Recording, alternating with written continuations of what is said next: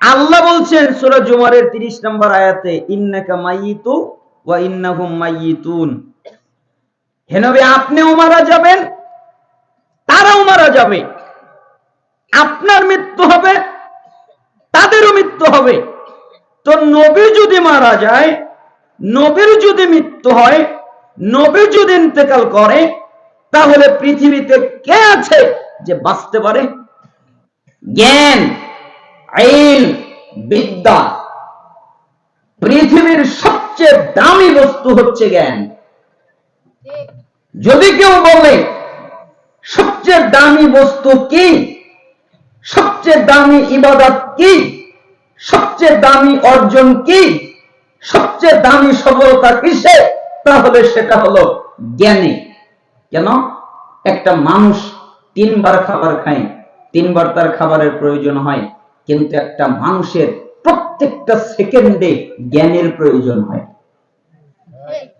আপনি এখানে এসেছেন জ্ঞান অর্জন করার জন্য না?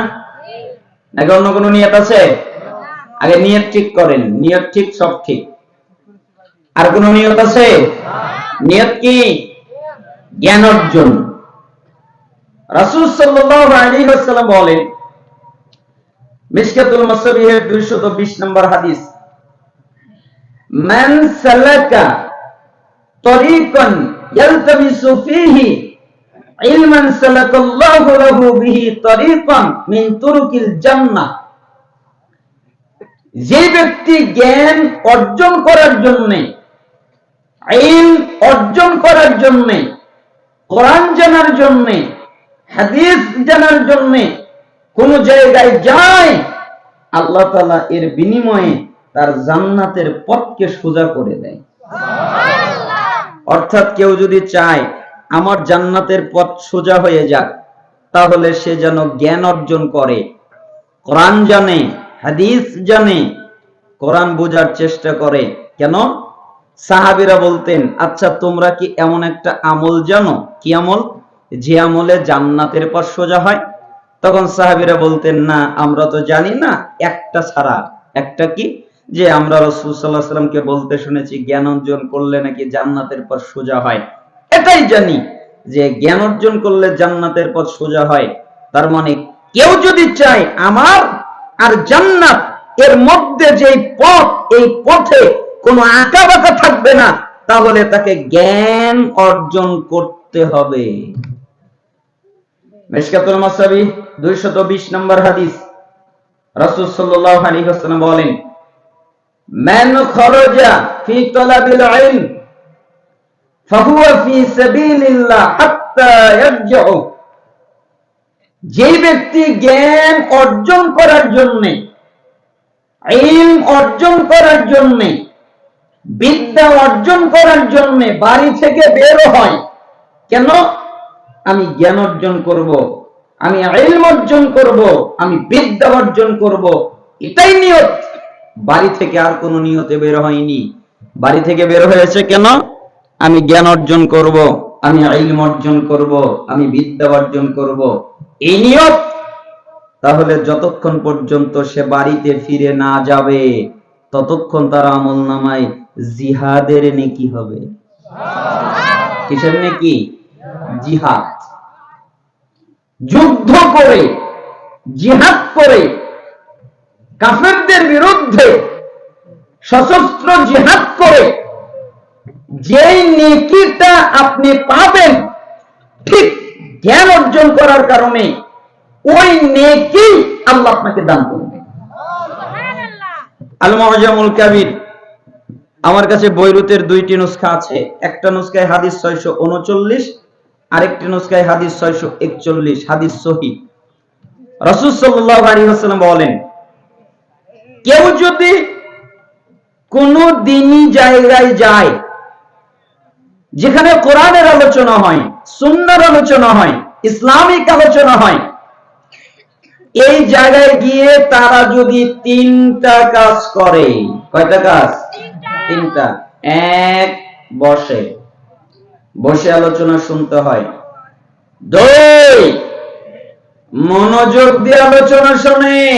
মনোযোগ মানে বাদাম খায় না, বোট খায় না, কালাই খায় না, খাদ্য খায় না, পানি খায় না, পান খায় না, চা খায় না, আরো যত খাবার আছে কোন খাবার খায় না। একজন আরেকজনের সাথে কথা বলে না, সাহাবীদের মতো। সাহাবীরা বলেন, মুহাম্মদ সাল্লাল্লাহু আলাইহি ওয়াসাল্লাম যখন কথা বলতেন তখন আমরা মনে করতাম আমাদের মাথায় পাখি বসে আছে, নড়াচড়া করলে পাখি উড়ে যাবে। আমরা মনে করতাম আমাদের মাথায় পাখি বসে আছে, নড়াচড়া করলে পাখি উড়ে যাবে। তাই আমরা নড়াচড়া করতাম না। কেন? নড়াচড়া করলে পাখি উড়ে যাবে। তাই আমরা চুপটি করে বসে থাকতাম, মনোযোগ দিয়ে বসে থাকতাম। এর নাম মনোযোগ। যারা মনোযোগ দেয়, যতক্ষণ পর্যন্ত আলোচনা শেষ না হয়, বৈঠক শেষ না হয়, মজলিস শেষ না হয়, ততক্ষণ পর্যন্ত যদি ধৈর্য ধারণ করে থাকতে পারে।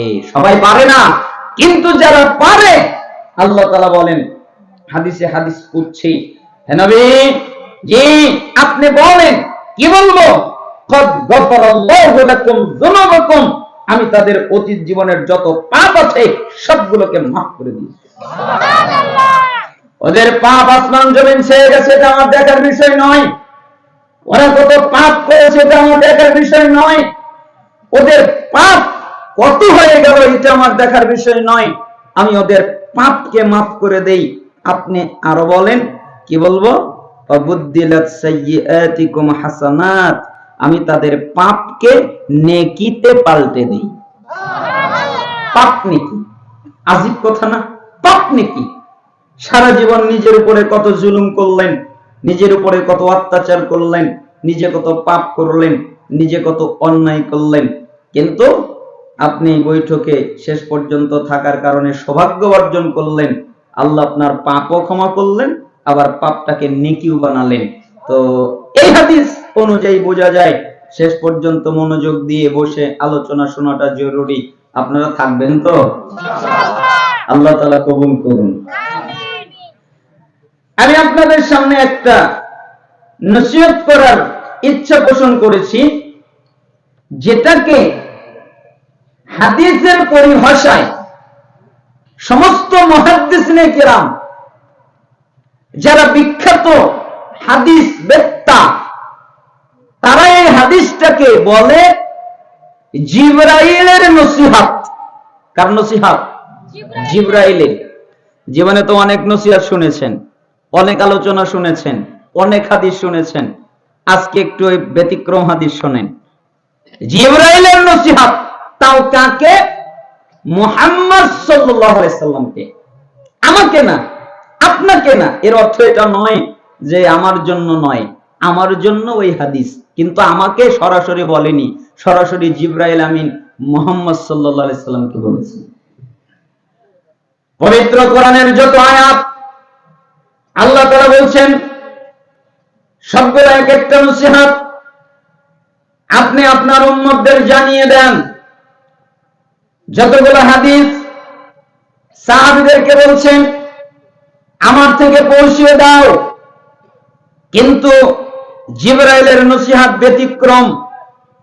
যেখানে স্বয়ং জিবরাইল আসলেন, মুহাম্মদ সাল্লাল্লাহু আলাইহি সাল্লামকে বললেন, হে মুহাম্মদ, জি আমি আপনাকে নসিহত করব, আমি আপনাকে ওসিয়ত করব, আমি আপনাকে কিছু কথা বলবো, আমি আপনাকে কিছু পালন করতে বলবো।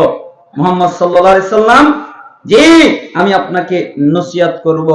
বলেন, ইয়া মুহাম্মদ, হে মুহাম্মদ, আপনি লক্ষ্য করেন, আপনি শোনেন, ইসমা শি'তা ফা ইন্নাকা মাইতুন, যতদিন খুশি আপনি জীবন যাপন করেন, কোনো নিষেধাজ্ঞা নেই, কিন্তু মনে রাখেন আপনি মারা যাবেন।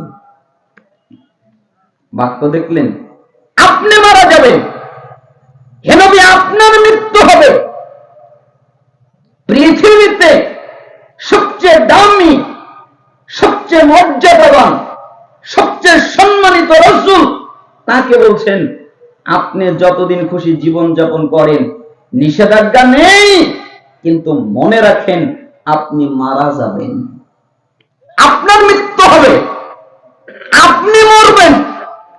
এক শ্রেণীর জাহেলরা আছে না, ওই যে নবী মরেনি, নবী হলো জিন্দা নবী, হায়াতুন নবী।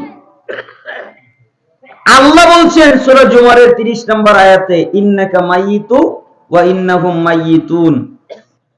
হে নবী, আপনিও মারা যাবেন, তারাও মারা যাবে। আপনার মৃত্যু হবে, তাদেরও মৃত্যু হবে। তো নবী যদি মারা যায়, নবীর যদি মৃত্যু হয়, নবী যদি ইন্তেকাল করে, তাহলে পৃথিবীতে কে আছে যে বাঁচতে পারে? সবচেয়ে দামি রাসূল, আল্লাহর সবচেয়ে প্রিয় বান্দা মুহাম্মদ সাল্লাল্লাহু আলাইহি সাল্লাম, তার বাঁচার অনুমতি নেই। যদিও বা তাকে বলা হয়েছিল দুনিয়ায় থাকবেন না, আমার কাছে চলে আসবেন, তিনি আল্লাহর সাক্ষাৎকে প্রাধান্য দিয়েছিলেন, তারপরেও তার মৃত্যু হয়েছে। তার মানে নবী আপনি মারা যাবেন, তারাও মারা যাবে। পৃথিবীর সবচেয়ে সত্য, সবচেয়ে বাস্তব, সবচেয়ে যুক্তিসঙ্গত কথা একটা, তার মধ্যে এটা হচ্ছে মৃত্যু, ঠিক না?